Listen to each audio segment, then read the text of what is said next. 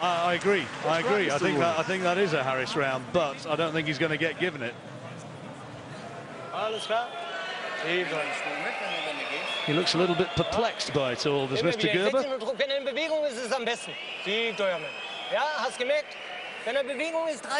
And the body language suggests that he knows he's not exactly setting the place on fire at the moment.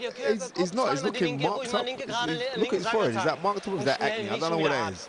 I mean, we should take an ad out for Curacao. Is that what's that? I don't know what that is. I don't think that's been done by a punch. Okay.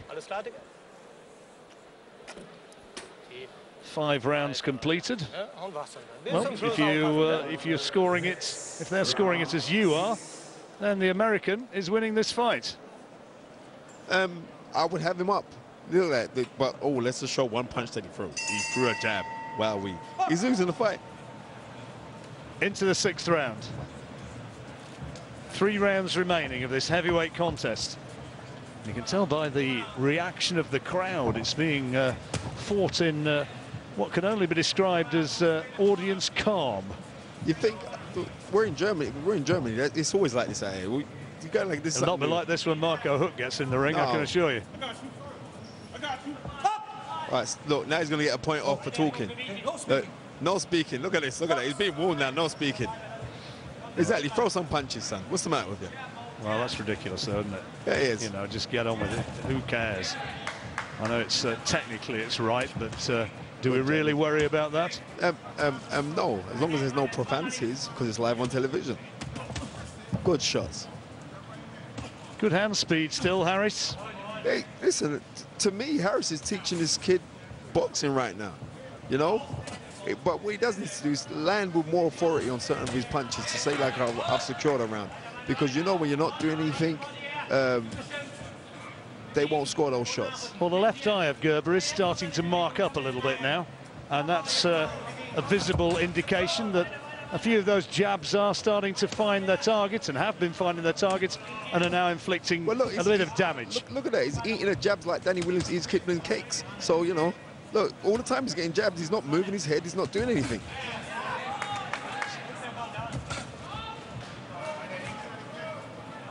And an awful lot of Gerber's work is being taken on arms and gloves by Harris.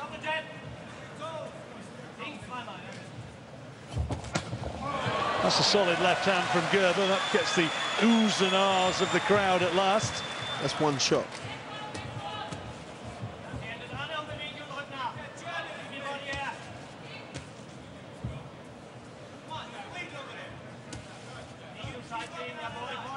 Judges sitting at ringside, they see that damage that I was telling you about on that left eye and a smear of blood now. Nothing too serious so far, but he's starting to wear the badges of conflict. I told you. He was looking a bit marked up. I thought it was because he had spots on his face, but it's not. That left eye starting to swell as well. Not only a bit of abrasion. Crowd want to see a bit more toe-to-toe action. Harris absolutely unmarked. Well, to get marked up, a guy's got to do something to mark you, right? And right, look at that. He's just eating jabs, man. Well, you don't get employed by Vitali and Vladimir as a sparring partner unless you can do a bit.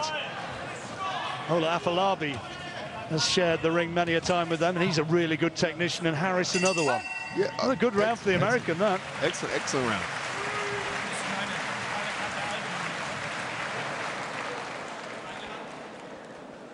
Let me remind you, if you're going to watch or hoping to watch the main event later on, the big one, which is Floyd Mayweather against Miguel Cotto, huge fight coming to you live from Las Vegas. You're on Freeview now. You won't see it after 9:30.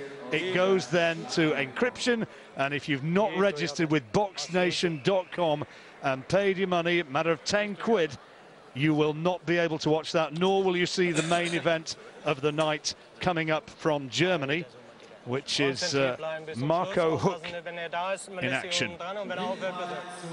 Defending his WBO cruiserweight title against Ola Afolabi.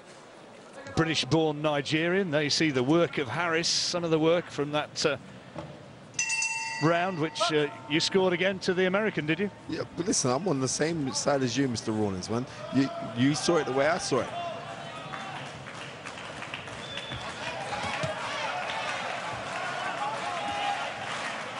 Well, Gerber needs to get a bit more urgency into his work and needs to start letting the punches flow, because well, whether or not the judges see it the same way, we know, and I think the crowd know, and I suspect that Edmund Gerber knows that for much of this fight he's been taught a few tricks of the trade. He's been schooled.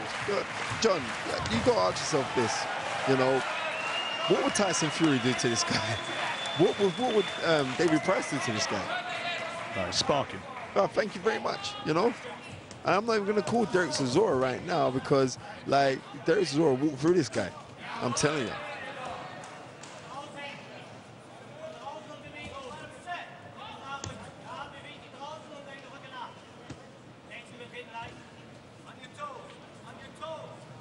And you got to look at the fact of, like, a lot of these Eastern European fighters now who are coming through, and a lot of that's got to be based on economics, because you think you're not seeing that many big Americans, irrespective of the skin tone, coming through from America now, because like you're that size now, you're going to go play American football, or you're going to do something else. You're not going to try and say like you're going to. That's why everybody gets so excited when somebody like Seth Mitchell comes along, but I think he's not going to be sending shockwaves through Eastern Europe on the basis of what we saw last week. No, that's just pretty boring, right? But but it's kind of weird because you look at Harris, he kind of resembles Seth a little bit, don't you think? Yeah, a bit bigger, isn't he? Yeah, a little bit bigger. A bit taller. I know what you mean. Yeah, facially he does resemble. You know what I mean? I can say that. We don't all look the same.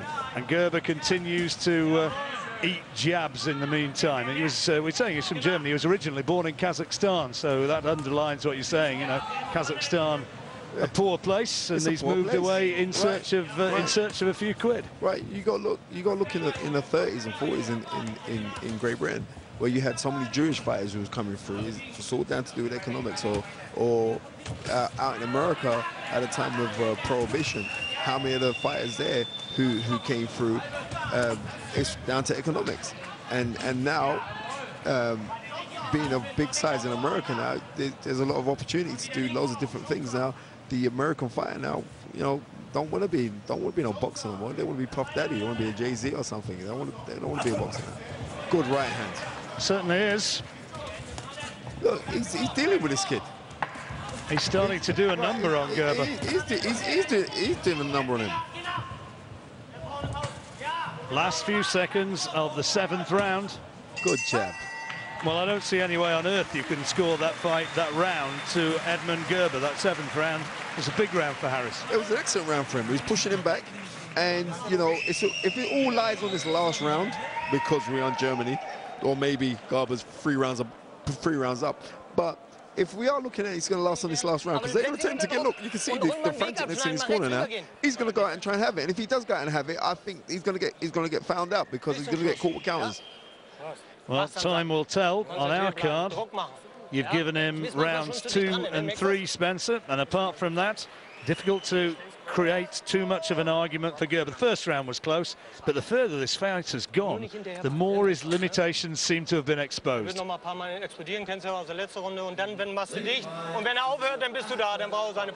know what the script is. And Edmund Gerber undefeated. This was supposed to be another stepping stone and a good learning fight for him against... Build up towards the big one in Las Vegas.